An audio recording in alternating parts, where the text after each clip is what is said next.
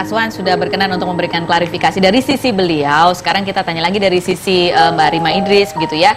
Karena pasti setiap orang memiliki sisi yang berbeda-beda gitu. Mbak Rima, ini berkaitan, Ustadz kan mengatakan bahwa istri saya baik kok, istri pertamanya. Akur kok, hubungan baik begitu ya, datang. Nah ini pada datang pada saat Mbak Rima melahirkan itu untuk pertama kalinya kah datang? Seperti apa kejadiannya Mbak? Jadi gini loh Kak Ros, saya kan memang tidak pernah mengatakan hubungan saya buruk dengan beliau, dan saya tidak pernah mengatakan saya ribut dengan beliau, tidak pernah ya. Jadi ketika saya baru melahirkan ya, beliau memang datang ke rumah saya ketika itu. Pertama kalinya? Pertama kali, saya tidak pernah mengenal beliau sebelumnya loh, dan beliau juga tidak izin ke rumah saya ketika itu. Ya, Bilangnya apa? Ya, dia bilang kepada orang rumah saya, pembantu saya dengan temannya Ibu Rima ingin bertemu Ibu Rima dan memberikan kado.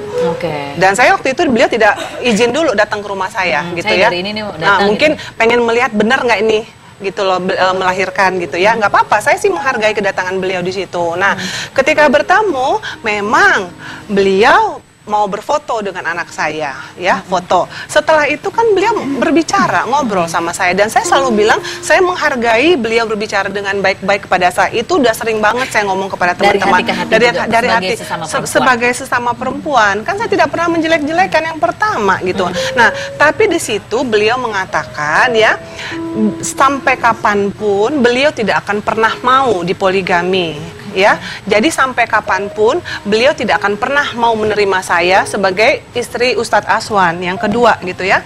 Kalau untuk anak saya, beliau bisa terima. Tapi kalau untuk saya pribadi, beliau sampai kapanpun tidak pernah mau terima. Jadi saya di situ disuruh untuk mundur. Kalau saya tidak mundur, beliau yang akan mundur. Jadi saya diberikan alternatif di situ, Kak Ros. Dan saya juga masih menyimpan SMS dari istri-istri pertama dari Ustadz Aswan. Untuk saya segera mundur, menyelesaikan masalah dengan suami dia, katanya. Tapi gitu. memang itu wajar sih ya, memang keperempuan memang menurut Mbak Rima wajar lah ya. Kalau memang beliau memang tidak mau dipoligami, itu wajar. Yang salah kan sekarang yang ingin berpoligami tersebut gitu. Sudah tahu istrinya tidak mau dipoligami, tapi kenapa masih nekat juga menikahi wanita gitu loh. Oke, baiklah. Nah, kemudian Mbak Inan ini kalau melihat tadi ya kan, kalau Mbak Inan kan juga melihat nih pernyataannya Ustadz Aswan gitu, yang mengatakan bahwa sudah disampaikan secara lisan perceraiannya. Kalau sebaik kalau pernikahan siri itu yang baik itu bercerainya seperti apa sih, Mbak Ina? Kalau pernikahan itu kan baik siri ataupun secara hukum positif ya, bedanya kan cuma selembar kertas ya. Kalau kita nikah positif kan kita dapat buku nikah. Kalau siri kan kita nggak ada surat-surat ya. Jadi ketika bercerai pun harusnya kan ya baik-baik gitu, karena kan apapun bentuk pernikahannya dimulai pasti dengan hubungan lah, dengan taruh, perkenalan. Dimulai baik-baik, diakhiri dengan baik-baik. Tapi begitu saya ngelihat dari pernyataan Ustadz Aswan itu agak miris hati saya. Sebenarnya masalah yang diinginkan oleh Mbak Rima simpel. Cuma minta perhatian buat anak. Tapi ini malah membicarakan flashback ke belakang, ya kan? Dan banyak kebohongan di situ yang menurut Mbak Rima tuh tidak benar apa yang disampaikan. Seperti yang tadi disampaikan. Iya. Padahal keinginannya adalah sebenarnya hanya anak aja, lihat anaknya lebih cuma sering itu, begitu cuma ya. itu. Oke, baik. Nah, sekarang kita akan undang dari pihak Ustadz Aswan. Ini adalah Mbak Dian Cendayani. Beliau ini adalah adik dari Ustadz Aswan. Silakan Mbak Dian.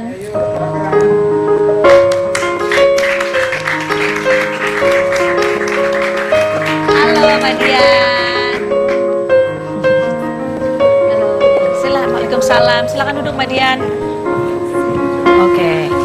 Ini Mbak Dian ini adalah adik dari Ustadz Aswan ya. Memang kalau dari sisi keluarga sendiri memang sudah tahu kehadiran Mbak Rima Idris dan anaknya ini memang bagaimana sih hubungannya Mbak Dian?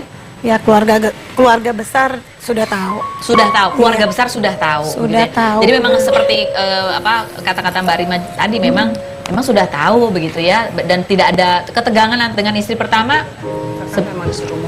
Memang disuruh mundur, tapi tidak dalam arti cekcok gitu ya. Tapi di SMS terus untuk bisa disuruh dari hati-hati. Untuk disuruh mundur, saya sering di SMS gitu, untuk menanyakan kapan kamu mau menyelesaikan hubungan dengan suami saya. Gitu. Itu sering di SMS. Beberapa kali. Oke. Mbak Dian, kalau Mbak Dian sendiri melihat press conference yang disampaikan oleh Ustadz Aswan gitu ya, seperti apa sih Mbak Dian komentarnya? Ya alhamdulillah ya, beliau sudah mau berbicara.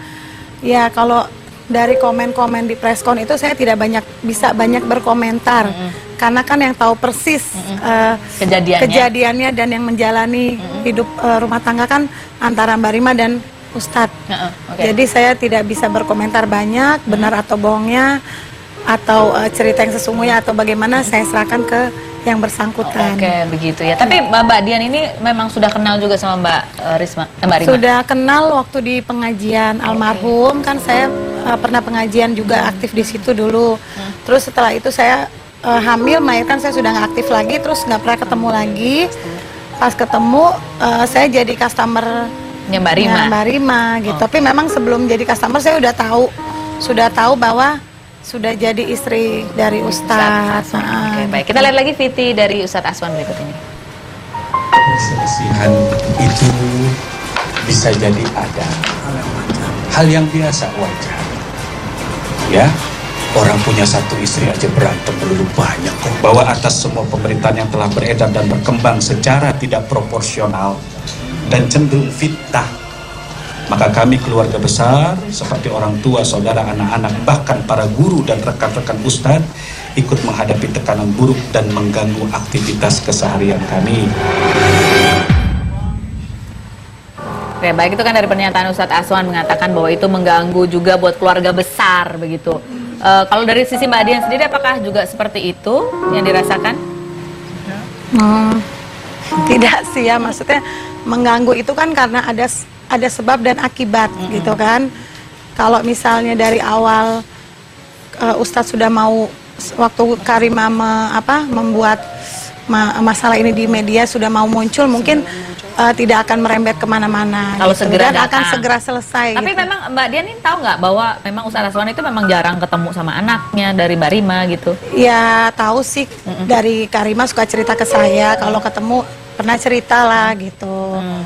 Tapi apa daya, saya pun berhubungan sama beliau susah gitu ya. Ya memang sibuk sekali kah? Sibuk Ustadz Aswan? ya, mungkin karena kita positif thinking lah, mungkin karena beliau juga sibuk, undangannya di mana-mana untuk ceramah, dakwah. Seperti Tapi itu. sebenarnya beliau ini kalau sama anak-anaknya seperti apa sih Mbak Dian? Kalau saya lihat sih penyayang ya terhadap anak-anaknya, sangat memanjakan anak gitu. Oke, jadi harapannya Seorang figur bapak yang baik lah figur kalau saya bapak lihat. yang baik. Iya. Jadi Mbak Rima pun berharap Ustadz ini juga bisa menjadi figur bapak yang baik untuk anak dengan Mbak Rima. Ya, kita akan kembali lagi, jangan kemana-mana. Tetap di Rumpi.